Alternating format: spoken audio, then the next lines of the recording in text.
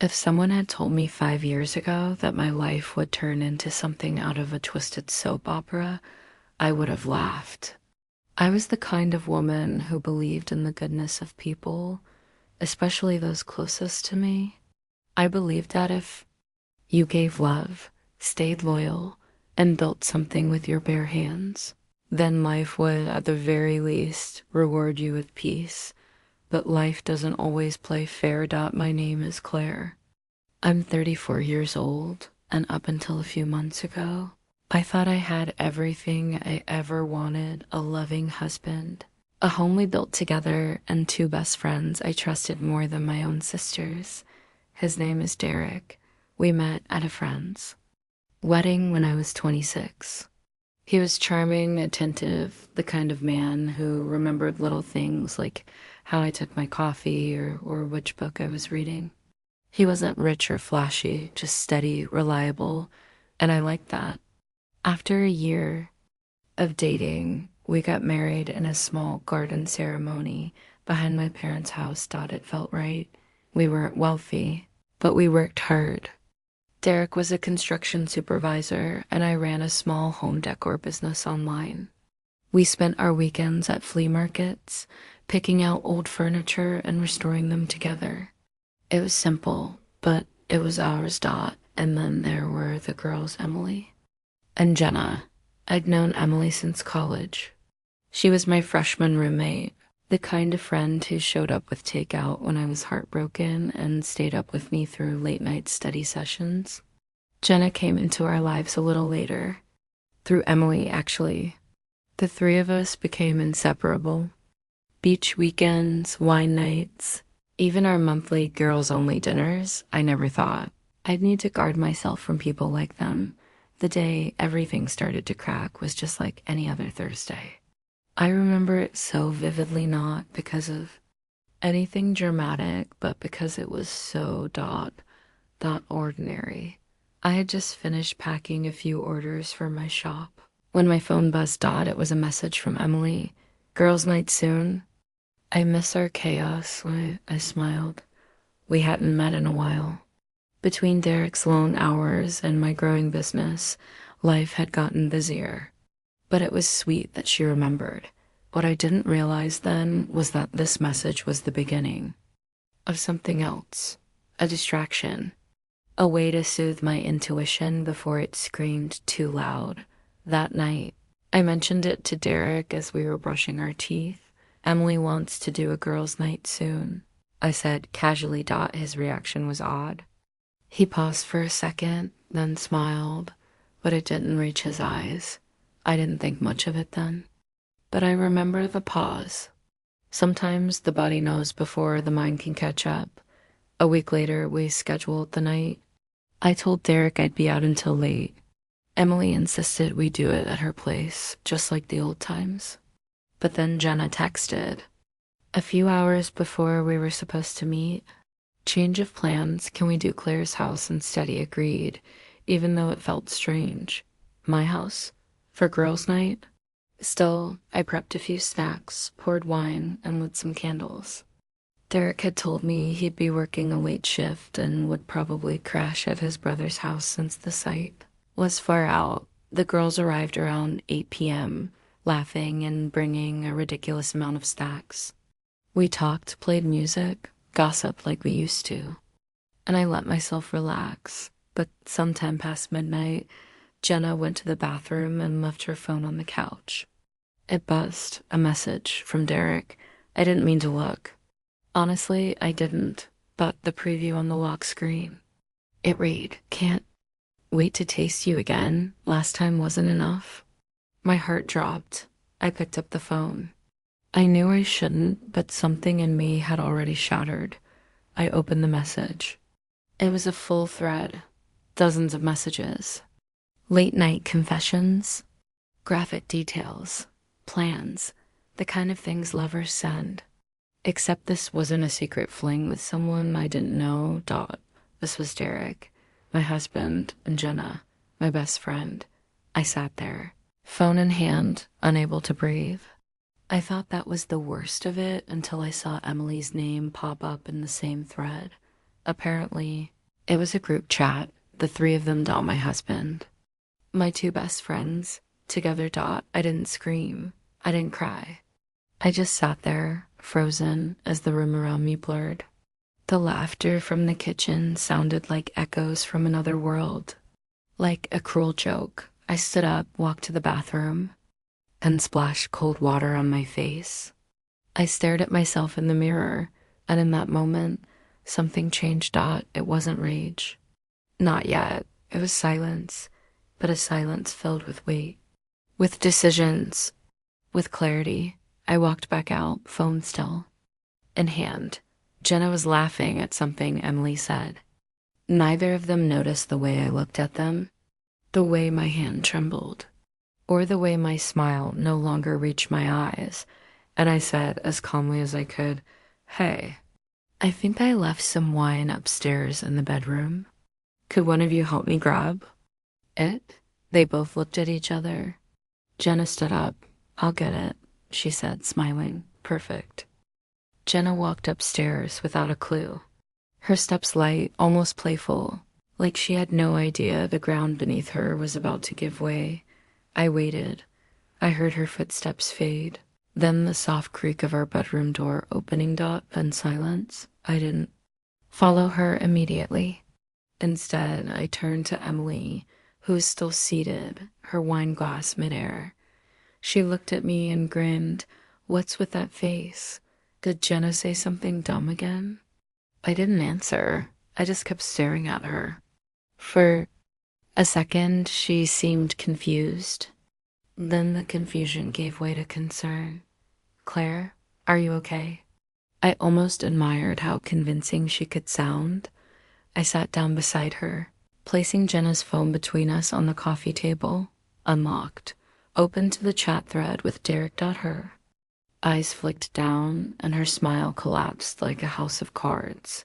She didn't reach for the phone. She didn't even try to deny it. She just whispered, "Oh, God."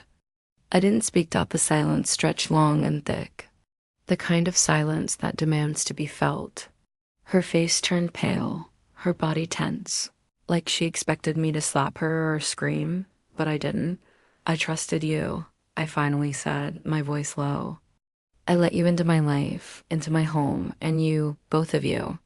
Emily's eyes welled up. She shook her head slowly, as if trying to search for the right lie. "It wasn't like that," she whispered. "We didn't plan to. It just happened. I didn't want to hurt you, but you did." My voice didn't rise. It didn't need to. At that moment, Jenna came back downstairs. Her smile faltered when she saw the room, Emily frozen, me staring, and her phone on the table. She stopped mid-step. "You read it," she said quietly. I didn't even nod. She walked over slowly, sat down, and looked between the two of us. I guess there's no point pretending. There it was. No apology, no regret, just surrender that hurt more than any betrayal. That they could look me in the eye and not even try to deny it. Like I wasn't worth the lie anymore. "How long?" I asked. Emily looked down. Jenna answered.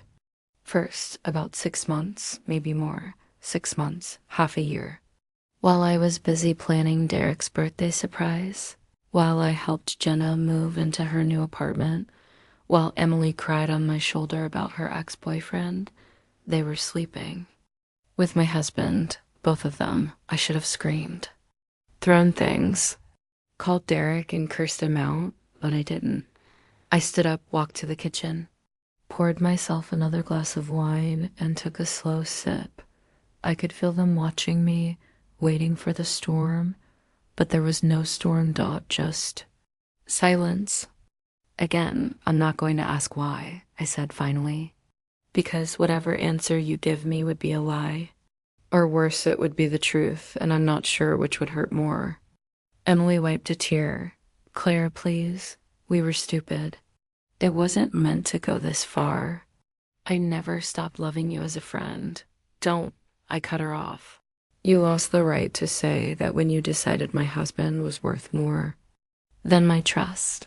She went quiet. Jenna, ever the bolder one, stood up. "So what now? You gonna tell Derek? I stared at her, surprised by the question.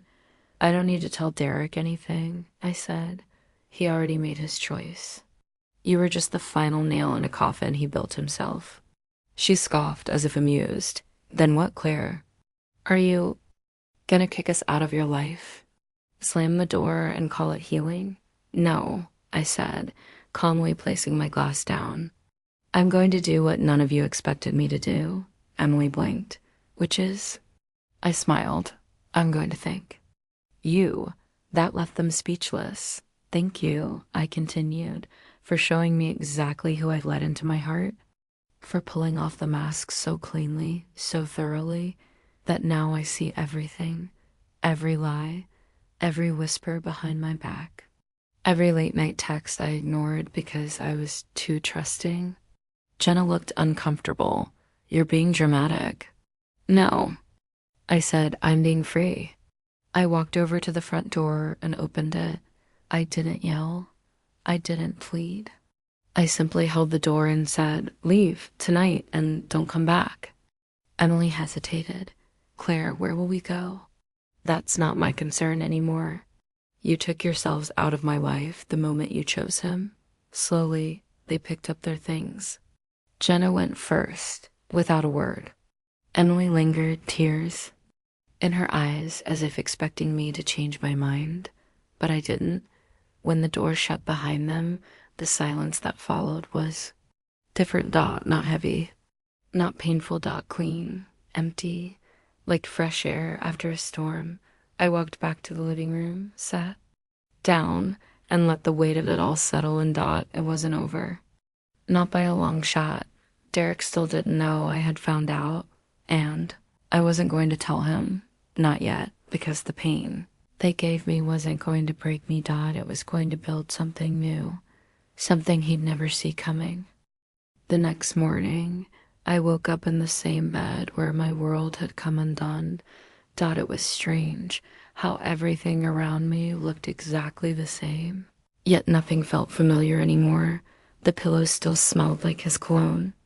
The framed wedding photo on the nightstand still smiled back at me, and the indentation on the mattress beside me was still warm, but inside me something had shifted. I didn't cry. Not even when I reached for the coffee mugs and remembered how Derek liked his sugar stirred in circles instead of side to side. Not even when I passed by the guest bathroom, remembering the last time Jenna had crashed here after too many glasses of wine. Not even when I picked up a scarf Emily had left behind months ago, still folded in the hallway drawer, like a quiet reminder of betrayal in fabric form. Instead, I got to work, not on revenge, not yet, but on myself. That day I called in sick. To every appointment, every vendor meeting, every business call, I needed space.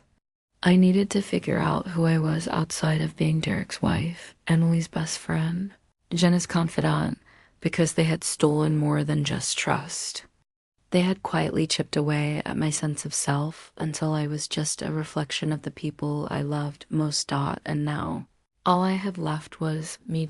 So I started there. First, I turned off my phone. No notifications, no apologies, no explanations, just silence. Then I took a walk 3 blocks down to a little cafe I hadn't visited in months. It was owned by a woman named Grace, who always remembered your name and never asked questions. She just gave you the exact kind of coffee you didn't know you needed. That morning, she handed me a warm cup and said, "You look like someone who finally stopped pretending." I smiled at her, just a little. She didn't need to know more. Some women just know. Back home, I went through my drawers, not to throw things away, but to reclaim space.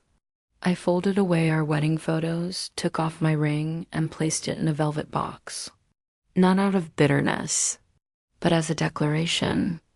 I didn't belong to this chapter anymore. That night, Derek came home. He smelled like sawdust and cheap cologne. The same routine, same kiss on the cheek, same questions. How was your day, babe? I looked at him, and smiled. It was quiet. I replied, He didn't notice anything. He sat down, turned on the TV, and talked about work. The project he was leading. I watched him like someone might study a stranger. Every word he said felt like it was part of a play I no longer believed in. I wondered how many nights he had come home after sleeping with Jenna or Emily laughing, lying, looking me in the eyes. The cruelty of it wasn't in the affair itself, it was in how easily he lived with it. That's when I knew this wasn't just betrayal, it was erasure. I had been erased from my own marriage long before I discovered the truth, and now I was ready to take myself back. Over the next 2 weeks, I built a version of myself he couldn't recognize. I changed my routines. I took up early morning runs, not for fitness, but for clarity. I stopped cooking his favorite meals. I started taking online business courses at night. I began dressing differently, not to impress him, but to remember how I used to feel in my own skin. I even cut my hair, just a few inches, but enough that when Derek looked at me one morning, he paused. "You changed your hair," he said, blinking double quotes, yes. I replied, sipping my coffee. "It looks different." I smiled. That's the point. He didn't press further, but I could feel his confusion grow day by day.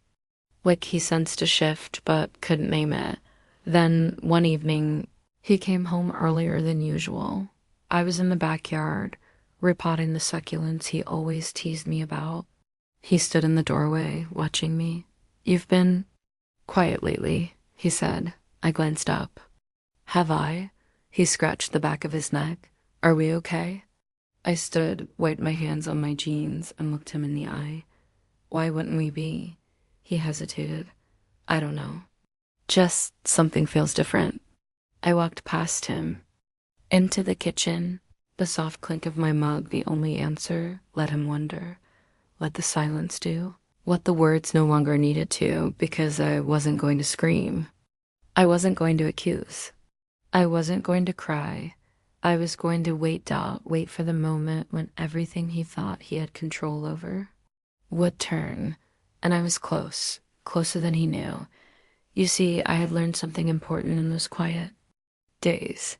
Revenge isn't loud, it's patient. It's calculated. It's the slow smile when they think you've forgotten.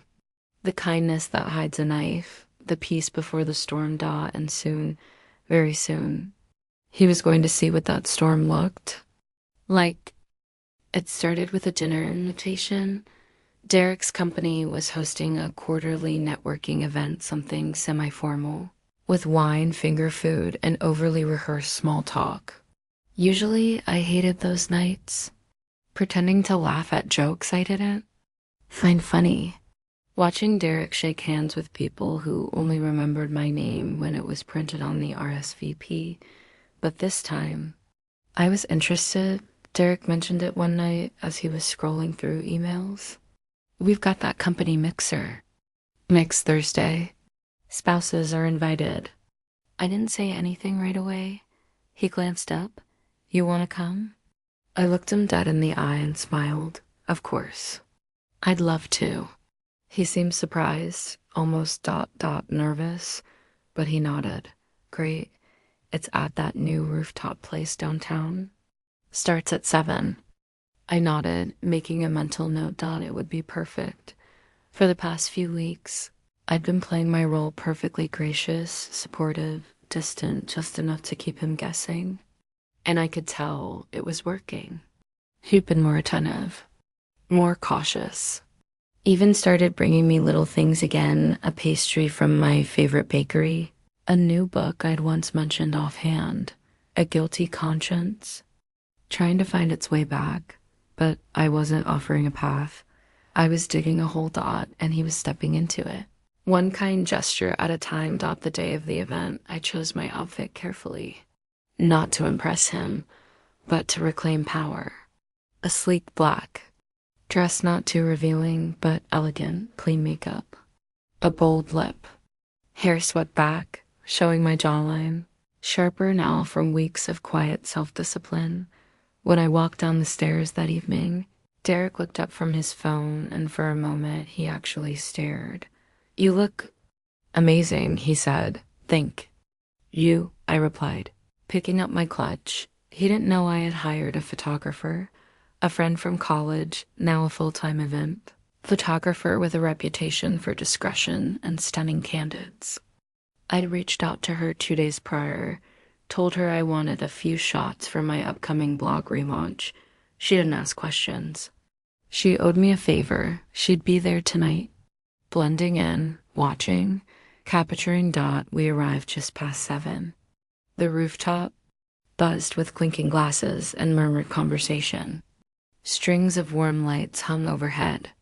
Waiters in black passed around trays of shrimp skewers and sparkling water. I walked beside Derek, smiling, engaging in brief hellos, but I didn't stay glued to him. No, tonight I moved with purpose. I laughed with the wives, made quiet conversation with the firm's investors, even charmed his boss, Mr. Lawton, a silver-haired man who loved nothing more than a good success story and a firm handshake Dot at one point. I caught Derek watching me from across the room. There was something uneasy in his eyes, like he didn't recognize this version of me, like he was trying to remember if he had ever truly known me at all. Good Dot let that feeling grow. Toward the end of the evening, as the crowd thinned and the music softened, I leaned toward him and said, "I'm going to freshen up. Be right back." Instead, I stepped outside Dot and called Emily. It had been weeks since we'd spoken. She hadn't dared text after I threw her and Jenna out, but I knew she would answer. She always did. "Claire?" Her voice was soft, timid. "I need a favor," I said, calm and direct. There was a pause. "You're calling me?" "Yes," I replied. "I need you to be at the Hollow next Tuesday, noon. Just sit at the bar. Order whatever you like. Wear something ... red." Another pause. "Why?" "Because I'm going to return what you gave me, in full." "Claire, just be there." I hung up Dot inside. Derek was looking for me. I smiled as I approached, touching his arm gently. "Everything okay?" he asked. "Perfect," I replied. The rest of the night passed uneventfully, at least to him, but to me. It was a symphony of pieces falling into place. Over the weekend, I reached out to an old acquaintance, Nora, who now worked at a local investigative firm. We had met years ago when she helped a friend of mine uncover her husband's offshore gambling addiction.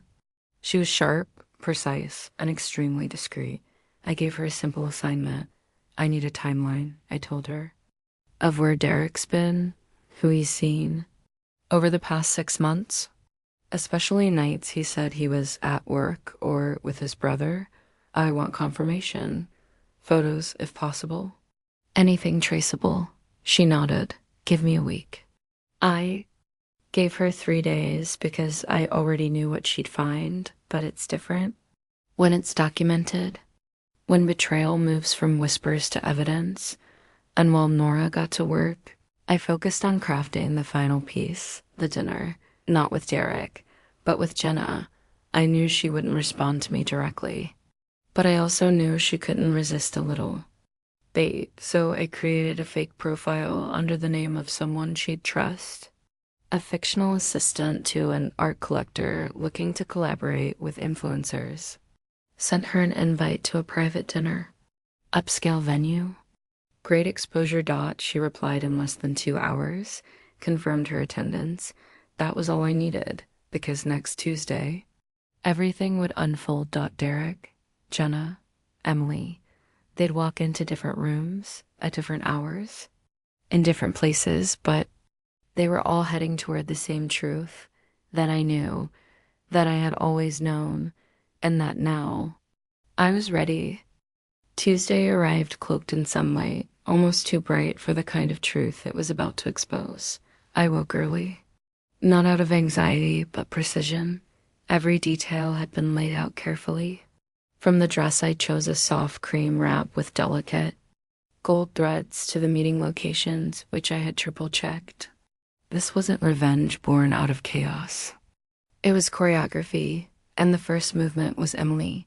I arrived at the Hollow at 11:55. Amamchi was already there, Dot sitting at the bar just like I asked, dressed in a crimson blouse that stood out among the neutral-toned lunch crowd. She looked nervous, fidgeting with her napkin, crossing and uncrossing her legs. Her eyes darted every time the door opened. I approached quietly, slipping onto the stool beside her. She froze when she saw me. "You came," she said softly, as if still unsure this was real. I did. We sat there for a moment, the silence thick between us. I gestured to the bartender. "2 iced teas, please." She opened her mouth, but I raised a hand gently. "No lies today, Emily. No fake apologies. I didn't come for closure." "Then why?" "I came for clarity." "For you," she frowned. "I don't understand." I reached into my bag and pulled out a small manila envelope. Inside were a handful of photos Nora had delivered the night before, time-stamped. Dated undeniable. Derek, Jenna, Emily, different. Times, different places. Same story. I laid the envelope in front of her. She didn't reach for it. "Go ahead," I said. "Take a look. You deserve to see just how replaceable you were to him." Her fingers trembled as she opened it. Her eyes scanned the images one by one. Her face drained of color. "You thought it was just you and him, didn't you?" I asked, my voice steady. "You thought what you had was something secret and sacred. But it wasn't. You were just a convenient distraction, a placeholder." She closed the envelope and looked away. "I loved him," she whispered. "No." I corrected gently. "You loved the idea of winning, of taking something that belonged to someone else. But now you see you weren't even the only thief." Tears welled in her eyes, but I offered no comfort. "You didn't lose him, Emily," I said. "You lost yourself. And now you'll have to live knowing you were never special. Just another name in his rotation." I stood. She didn't try to stop me. As I walked away, I felt no triumph. Only relief. Because that wasn't the revenge. That was just the prelude. At exactly 3 p.m., Jenna arrived at the gallery downtown, the one that didn't exist. She was dressed to impress, clearly expecting a photo shoot or some influencer opportunity. But instead, she was greeted by a hostess with a sealed note. "To Miss Jenna Ford, from Claire." She opened it right there in the lobby. Inside, a printed screenshot of her last message to Derek. She's so clueless, it's almost funny. "Maybe next time we do it in her bed, I'll wear her robe." And below it, just one line from me. "You always loved the spotlight. Let's see how you like this one." What she didn't know was that at that very moment, the photographer I'd hired was uploading a curated set of photos her and Derek at a hotel bar, their faces unmistakably clear to a hidden drive. I didn't need to post them. I just needed her to know that I could, that I had everything, that her power over me had vanished forever. The final note of the day came at dinner. I waited until Derek came home. He looked tired, work-weary, like most evenings. He kissed my cheek and asked, "What's for dinner?" I smiled. "Actually, I thought we'd try something new. A private dinner. Just us." He blinked, surprised. "Really? Really?" I led him to the backyard where I'd set up a table under the pergola. Soft lights, 2 plates of homemade risotto, a bottle of his favorite red. His eyes widened. "Wow, Claire, this is different?" I offered. "Yeah, in a good way." We sat. He took the first bite and moaned in approval. "You outdid yourself." I sipped my wine and waited. Halfway through the meal, I said, "I spoke to Emily today." His fork paused mid-air. "She's not doing well," I added. "She looked hollow." He set the fork down.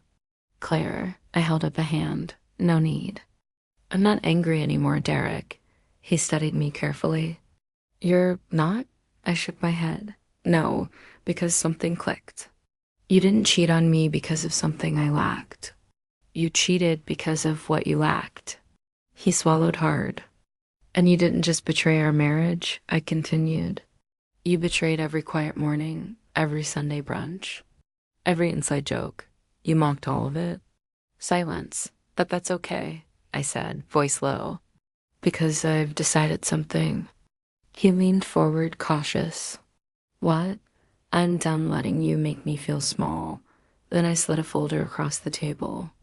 Inside, the same photos, the same evidence. His face turned pale. I didn't want to destroy you, Derek, I said. But I needed you to understand what it feels like to be powerless, to be exposed. He looked up, panic in his eyes. Claire, please, I'm not posting them. I won't even show them to your company. That's not who I am. He exhaled. But you will pack your things tonight, and by tomorrow, I want you gone. He opened his mouth, but I continued. You won't fight me on the divorce. You'll leave the house. You'll let me keep what I built, and you'll walk away quietly. He stared at me like he didn't know who I was anymore, and that was the point, because the woman he thought he could lie to had finally found her voice. Derek didn't leave that night, not because he resisted, but because he didn't know what to do with the silence. After I slid the folder across the table, I didn't yell. I didn't cry. I simply stood, picked up my wine glass, and walked. Back inside, he sat there for nearly an hour. Then, without a word, he followed. I heard drawers opening upstairs. The quiet thud of a suitcase unzipped. The sound of hangers being pushed roughly aside. His departure didn't come with an apology. Only the weight of realization settling on someone who thought they could outmaneuver the truth. By morning, he was gone, but the real ending hadn't happened yet, because I still had one. More move to make, not out of cruelty, out of clarity. Days later, I scheduled a brunch. Just me, Emily, and Jenna. Yes, both of them. It took a few tries to convince them. Emily was hesitant. Jenna was cold. But curiosity has a way of winning over caution, especially when guilt is involved. I chose a quiet bistro on the edge of town, one with large windows. Minimal crowd and excellent acoustics. They arrived 5 minutes apart. Both wore sunglasses, like they were trying to hide. I didn't hide. I was already seated when they walked in, back straight, chin lifted, smile calm. When they sat down, no one spoke for a moment. Finally, Jenna broke the silence. So, what's this about? Another folder of photos? I smiled softly. No more evidence. You already know what you did. Emily shifted uncomfortably. Then why are we here, Claire? Because I wanted to thank you, I said, echoing my words from weeks before. Not out of sarcasm, truly. You showed me who I was giving my heart to. Jenna rolled her eyes. We've heard this already. I'm not finished. They looked at me again, this time more carefully. I spent years thinking I needed people like you, I said. Friends who knew my childhood stories. Who stood beside me at my wedding. Who called me sister and meant it, at least I thought they did. I sipped my tea, then continued. But when everything fell apart, I didn't break. I rebuilt without you. And in that process, I realized something far more important than betrayal. Emily looked like she was holding her breath. I realized that the worst thing you ever did to me wasn't sleeping with my husband. It was making me believe I needed your love to feel whole. They blinked, taken aback. That wasn't what they expected. I don't hate you, I said. They looked even more confused now. But I also don't forgive you. Not because I'm cruel, but because forgiveness is earned, not requested. And neither of you have done a thing to deserve it. I leaned in slightly. But what I do have is closure. Emily's eyes welled up, but she didn't speak. Jenna crossed her arms. So what now? You just get to walk away as the strong one? Is that it? No, I replied, still calm. I get to walk away free. That's the difference. There. Was a long silence. Then I stood, dropped a few bills on the table, and looked at them one last time. You'll both spend years trying to justify what happened. But no matter how many stories you tell yourselves, you'll always know the truth. Then I walked out, not hurried, not dramatic, just free. A week later, I filed for divorce. Derek didn't contest it, true to my request. He left the house, handed over the paperwork without protest, and moved into a tiny apartment near his job site.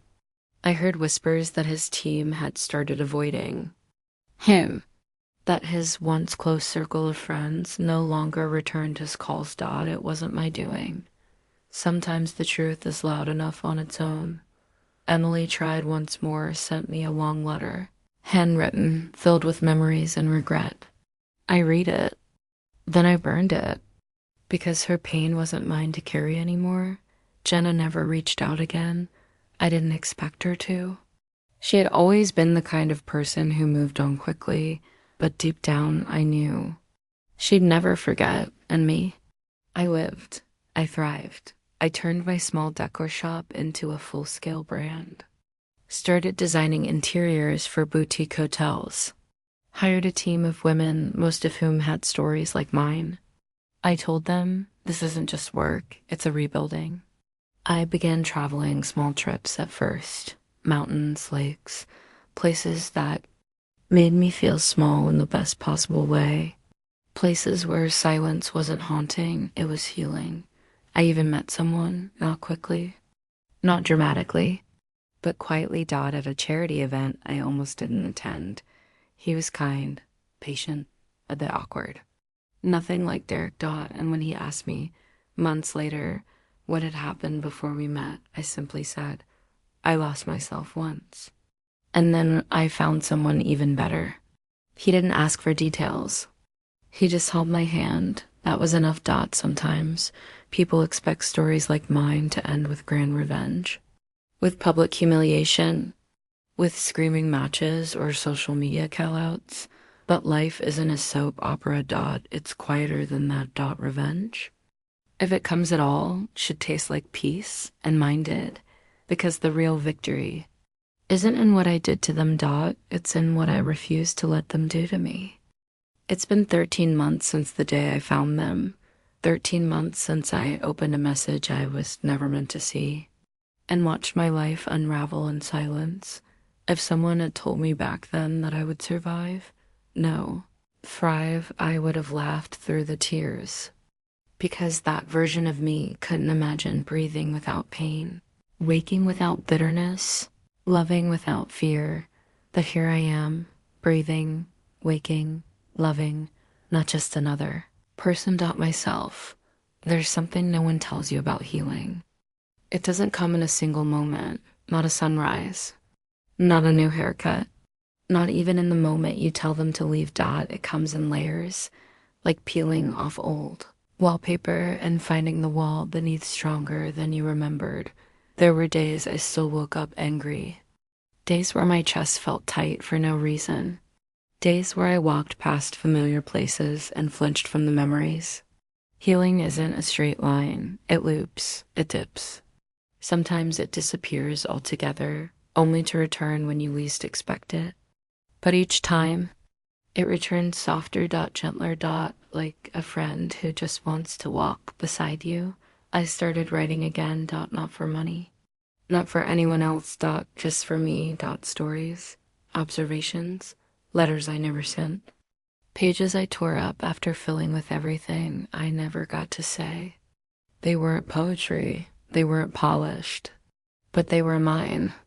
And in those messy paragraphs, I found something I'd lost. My voice. It wasn't loud, it wasn't perfect, but it was real. Sometimes I still think about Derek. Not because I miss him, but because he reminds me of the version of myself that thought being loved meant being chosen. It doesn't. Being loved means being seen, truly, deeply seen, without needing to shrink or shift to fit someone else's frame. And Derek never saw me. Not really. He saw a version of me that was convenient, predictable, Save Dot, and when I stopped being those things, he stopped choosing me, and that's okay, because the version of me I've grown into, she would never choose him. She would never settle for being tolerated, praised only when convenient, or loved with half a heart. She would never make herself smaller for someone else's comfort, and that, perhaps, is the best ending I could ever write. I kept the house, not because I needed the space, but because I wanted to rewrite its story. Repainted the bedroom where I found the first message, tore down the curtains they once picked out, replaced the dining table with a long, rustic wood slab where I now host monthly dinner parties with friends, real friends. The kind who show up no matter what. The kind who don't need to be tested to be trusted. I even turned the guest room where Jenna once slept into a reading lounge. Plants, warm light, a plush velvet chair I saved for 6 months to buy. Sometimes I sit there with a cup of tea and read for hours. It feels like reclaiming something I didn't know I'd lost. As for Emily, I don't know where she is now. Last I heard, she moved back to her hometown, started therapy, cut ties with Jenna. I wish her peace, truly, but I don't wish her back into my life. Some chapters end without reconciliation, and that's okay too. We don't always need closure in the form of apologies or makeups. Sometimes closure is just no longer waiting for the apology at all. And then there's him, the man I met when I wasn't looking. He didn't come with fireworks or fanfare. He came with silence, with steady presence, with kind eyes that didn't scan the room for someone better. He came with questions, not assumptions. Patience, not pressure. We started slow. And for a while, I kept my heart behind a gate, not ready to offer it again. But one evening, we sat on the porch during a soft summer rain, and he said, "You don't need to be afraid to take up space in someone's life, at least not in mine." And something in me exhaled. It wasn't about replacing Derek or proving anything to the past. It was about choosing someone who saw the woman I became, not the one I had to survive.